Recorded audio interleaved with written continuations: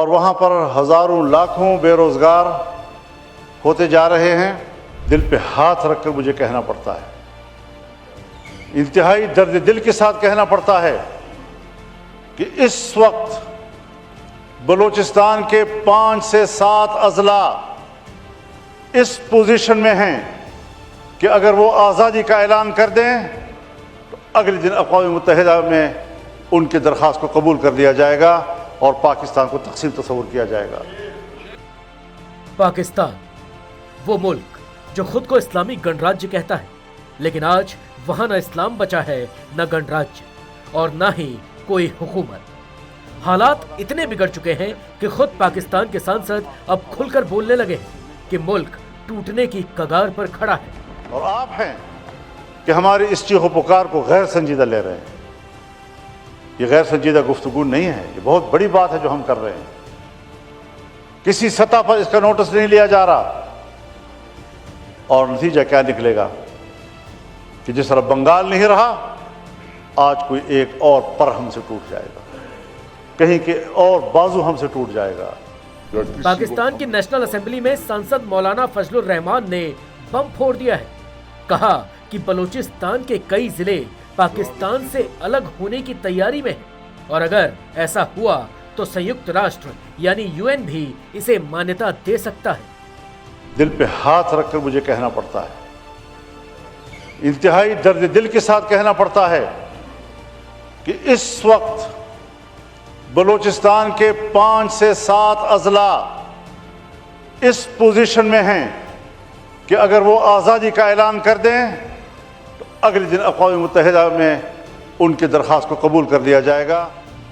अब सवाल ये उठता है कि पाकिस्तान की सेना, पाकिस्तान की सरकार और पाकिस्तान का हुक्मरान तबका आखिर कर क्या रहा है, या फिर ये पूछना ज्यादा सही होगा कि क्या पाकिस्तान में हुकूमत नाम की कोई चीज बची भी है या नहीं।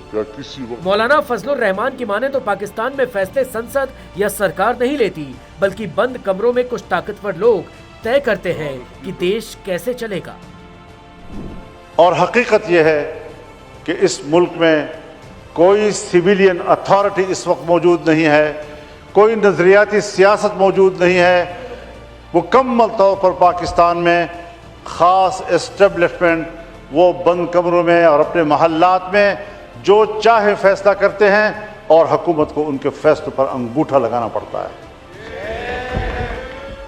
यानी शहबाज शरीफ हो या इमरान खान या फिर कोई और, ये सब तो सिर्फ दिखावे के लिए है। असली खेल सेना और एस्टेब्लिशमेंट के हाथों में है। तो क्या पाकिस्तान की फौज अब खुद अपने ही मुल्क को बेचने की तैयारी कर रही है? क्या बलूचिस्तान भी पूर्वी पाकिस्तान यानी बांग्लादेश की तरह अलग होने वाला है? क्योंकि जमीन पर जो हालात हैं वो यही इशारा कर रहे हैं कि मुल्क की सालमियत के हवाले से पॉलिसी ऐवानों में नहीं बनाई जा रही, हुकूमती हलकों में नहीं बनाई जा रही, बल्कि बंद कमरों के अंदर मावराए हुकूमत, मावराए सियासत, मावराए पार्लिमान पॉलिसियां बनाई जा रही हैं। और हमें एक लम्हे के लिए भी इसकी इजाज़त नहीं है कि हम रियासत की बका, उसकी सालमियत के हवाले से या कोई बात कर सकें या कोई तजवीज़ दे सकें।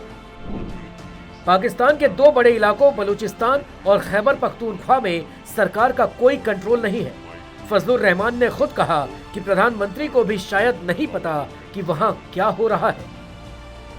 आज वज़ीर-ए-आज़म से यहाँ होते और उनके खिदमत पे बसद एहतराम ये अर्ज़ करता कि कबायली इलाक़ों में क्या हो रहा है, उसके साथ मुत्तसिल अज़ला में क्या हो रहा है, बलूचिस्तान में क्या हो रहा है, तो शायद वो यही कहते हैं कि मुझे उसका कोई इल्म नहीं। मतलब अब पाकिस्तान में न नेता जानते हैं कि देश में क्या चल रहा है और न ही आवाम को ये मालूम है कि उनका मुल्क किस तरफ जा रहा है। और ये हाल तब है जब पाकिस्तान के उत्तर पश्चिमी इलाके के कुर्रम में भारी हिंसा जारी है। वहाँ शिया सुन्नी लड़ाई में अब तक 150 से ज्यादा लोग मारे जा चुके हैं, लेकिन पाकिस्तान सरकार सिर्फ मूक दर्शक बनी हुई है। अब जरा सोचिए, एक मुल्क जो अपनी ही जमीन पर कंट्रोल नहीं रख सकता, जो अपनी आवाम को सुरक्षा नहीं दे सकता, वो कश्मीर की बात करता है।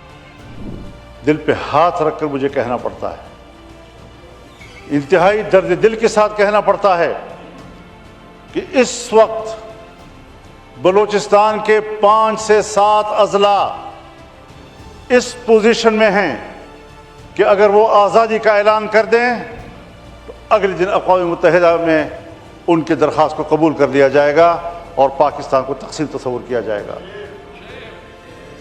सवाल यह है कि पाकिस्तान में हुकूमत किसकी है? क्या उस फौज की जो हर बात पर अल्लाह अकबर का नारा लगाकर अपनी पीठ थपथपाती है? वो फौज जो हर चुनाव में बैलेट बॉक्स नहीं बल्कि बूटों की ताकत से सरकार बनवाती है? आज जब मुल्क बिखर रहा है, जब पाकिस्तान के अपने ही लोग आजादी की मांग कर रहे हैं, तब फौज अपने ठेकेदारों से पैसा खाने में लगी है। वैसे भी जिस मुल्क की इकॉनमी आईसीयू में पड़ी हो, जो IMF से भीख मांगता हो, जिसका खजाना खाली हो, जहां आटा दाल तक लोगों की पहुंच से बाहर हो, वहां सेना की भी मजबूरी समझ में आती है।